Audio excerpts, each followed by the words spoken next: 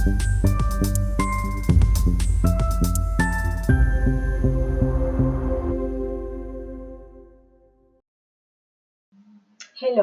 First of all, I am going to say thank you very much for this opportunity and thanks to everybody who is listening to me right now.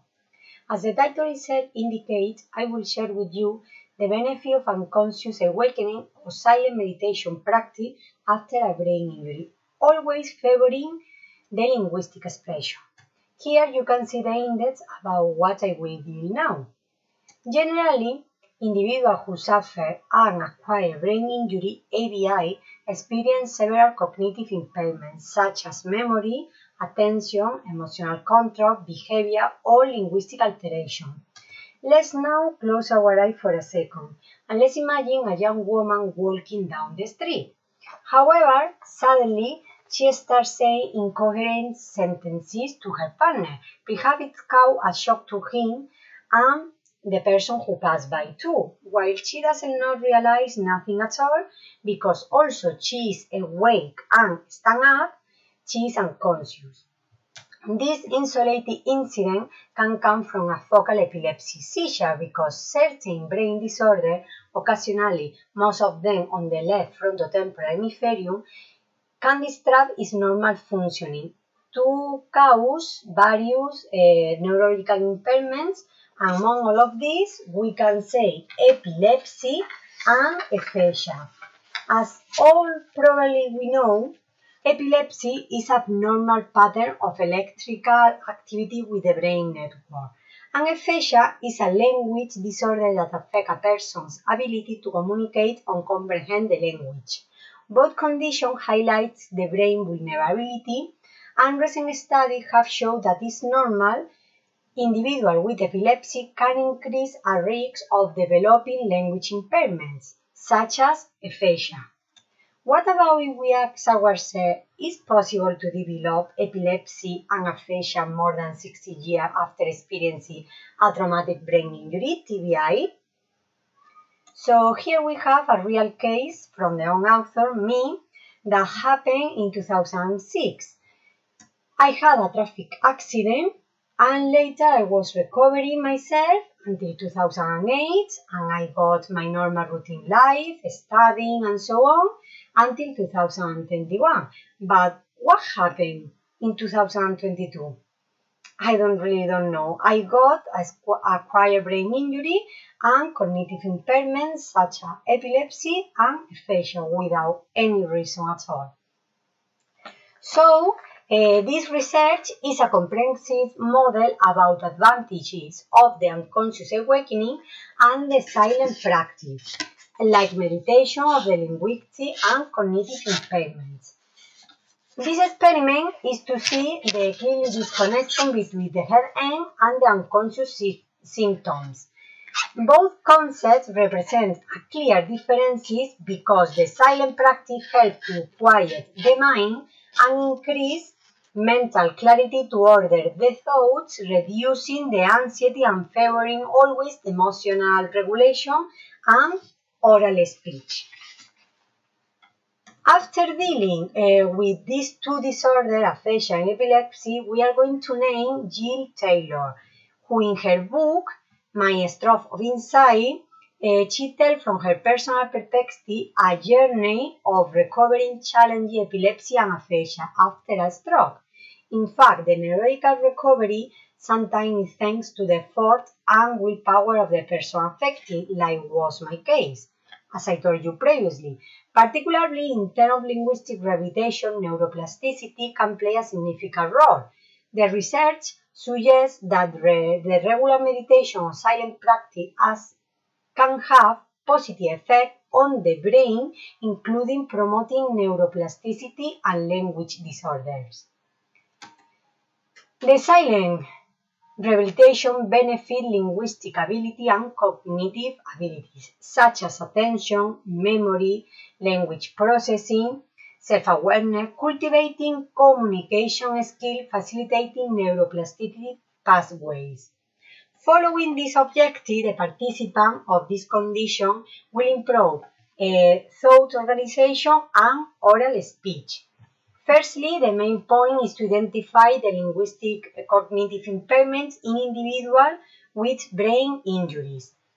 Secondly, to observe the power of unconscious awakening for linguistic rehabilitation.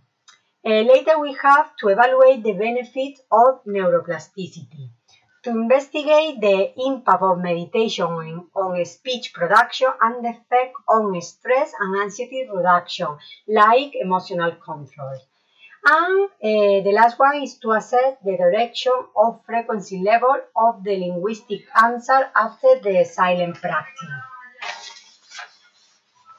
After a brain injury is common, including cases of amnesic epilepsy that affect the memory formation, consolidation, and retrieval.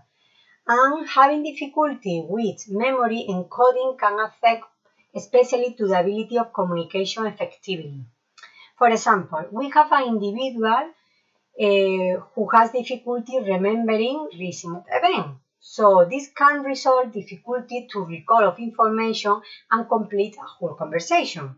Otherwise, word finding difficulty is another factor which make low ability to express with clarity the conversation because the individual pauses or has lack of word to proceed on it. Related to the unconscious stuff, we can name the book of Oliver Sacks, the man who mistook his wife for a hat, in 1985, in which he offered a fascinating perspective on the experience of unconscious episode and the impact of the life of each individual affected. This book is very related with this experiment because highlights the importance of finding alternative ways to navigate and cope with such challenges facing the memory loss and the cognitive symptoms of the brain injury. And this experiment is about facing the unconscious awakening as advantages to express oral speech with clearly and facility. Now, about the methodology, we can say this research is focused on two associations. One is called active aphasia from Madrid, who have patients from different backgrounds, such as Jaén, Granada, Málaga, and another called amnesic epilepsy from Málaga, with patients from different backgrounds too, such as Argentina, Málaga. The data of this study was collected within two groups, experimental group and control group, in 4 sessions, with 8 participants in total, because there are 4 participants in each one. So the sessions are, the first one is demographic and personal data and pre-test. Later we have the practice of the different noises and the paper questionnaire to complete. In the third session, we have the verbal fluency, and in the last one, we have a post-assessment. As important point to mention, before to start with the experiment, the participant completed a pre-test, as I said you previously, to access the individual baseline linguistic abilities. In the second session, the participants already per group start to listen in the noise practice, as we said, and you can see the whole experiment in this QR. The experimental group was in a quiet place practicing the meditation with the author extraction or completely in silence. And the control group was using the loud audio recording with pink and white noise. And after this experiment, both groups started to complete the paper questionnaire with 10 items to evaluate the reaction time frequency after previous audios done and the whole memory they had after the brain injury and the practice of the audios. The results should show me the level of deterioration and the verbal fluency and the emotional response, being always higher in the experimental group than in the control group.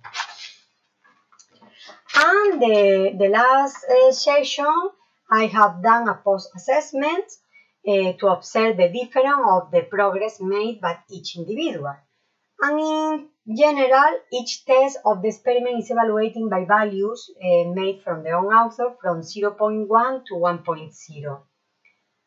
And as you can see on the table, with the proposed rehabilitation made, we have analyzed the silent order the show and facilitate the memory formation and the speech production. And we highlight a critical point of the connection between unconscious awakenings, silent and meditation, language and memory, being always beneficial for neurological challenges. And to conclude, I would like to finish reflecting with these two sentences. Embracing the power of silence as a path of linguistic rehabilitation and unconscious awakening as a bridge building connection in oral speech. Here you can see the reference of this research and the social network in case you want to hear my testimony of my several cognitive disorders after my TBI in 2006. If you have any question, don't hesitate to ask me later. So thank you very much for your time and attention.